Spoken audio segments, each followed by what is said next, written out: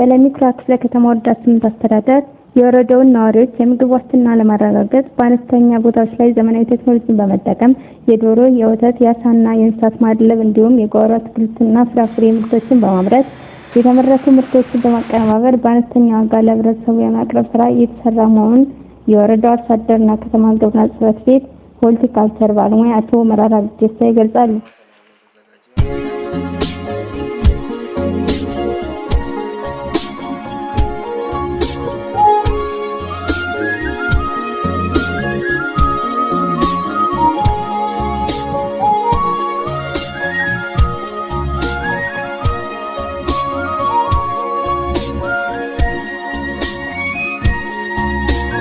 አቶ መራራ በዘርፉ ለተሰማሩ አካላት የተለያዩ ሙያዊና የክህሎት ድጋፍና ክትትል ስራዎችን ከመስራት ባለፈ የወረዳውን ህብረተሰብ በሌማት ትሩፋት ምርቶች ተጠቃሚ ለማድረግ የገበያ ትስስር ስራዎችን በመስራት በከተማ ግብርና የተሰማሩ አካላትን ኢኮኖሚ ተጠቃሚነትን የማረጋገጥ ስራ እየተሰራ እንደሚገኝ ተናግረዋል።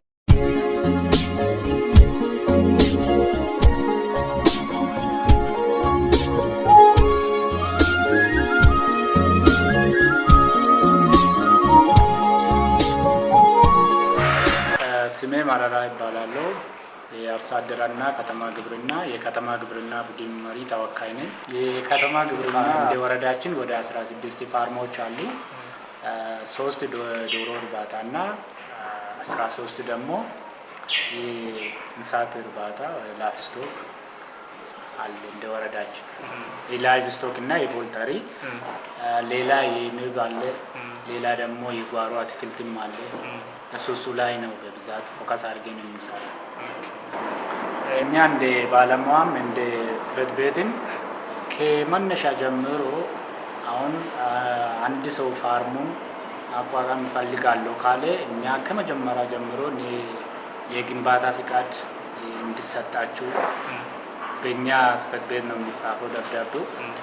ከዛ ከተጻፈ በኋላ ደግሞ እንደ ባለሙያኛ ሳይት ሴሌክሽን ላይ እንዴት ነው ቦታው ምቹ ነው አይደለም፣ ቦታው እንዴት ነው ብለን እንደዚህ አይነት ድጋፍ ነው የምንሰጣቸው። ከዛ በኋላ ፋርሞቹ ጋር ሄደን እንዴት እንደሚሰራ እንደ ባለሙያ የእንስሳት እርባታ ባለሙያ አለ። ሌላ ፊልድ ላይ ደግሞ የጓሮ አትክልት ሳይት ላይ ደግሞ የሆርቲካልቸር የፕላንት ሳይንስ ባለሙያም ስላለ እሱን ድጋፍ እንሰራለን። መኖን በተመለከተ እዚህም ያለው አለ። ከሌላ ቦታ ደግሞ ትስስር እንዲፈጠርላቸው በደብዳቤ ወደ ክፍለ ከተማ ጽፈን ክፍለ ከተማ ወደ ሌላ ቦታ መኖ ያለበት መኖ ፋብሪካ ያለበት ቦታ ላይ ደብዳቤም ጽፎ እንደዚህ መኖ ትስስር ይፈጠራል። ህብረተሰቡ እንግዲህ የተመረቱት ምርቶች ለህብረተሰቡ ተደራሽ እንዲሆኑ ከማድረግ አንጻር ህብረተሰቡ ደግሞ በቅናሽ የሌማት ትሩፋትና የከተማ ግብርና ምርቶች ተጠቃሚ እንዲሆን ከማድረግ አንጻር የሚፈጥሩት የገበያ ትስስር ምንድን ነው? ያው እንደ ወረዳችን አሁን 1-2 ሼድ የወሰዱ አሉ ቦታው ላይ እንቁላል እንዲያቀርቡ። ሌሎቹ ደግሞ በፋርም ደረጃ እዛው ሄዶ ህብረተሰቡ የሚገዛበት እንትን አለ። ስለዚህ ምቹ ቦታ አላችሁ። አንዳንድ ቦታ የሌላችሁ ደግሞ እንደዚህ በወረዳ ደረጃ ሼድ ምናምን ነው እየተሰጠ ፋሲሊቴት። በዚህ ስራ ዘርፍ ላይ ተሰማርቶ መስራት ለሚፈልጉ ሰዎች አሁን ትንሽ የሚሆን ትልቅ ቦታ ትንሽ ቦታ ካላችሁ ብዙ ነገር መስራት ስለሚችሉ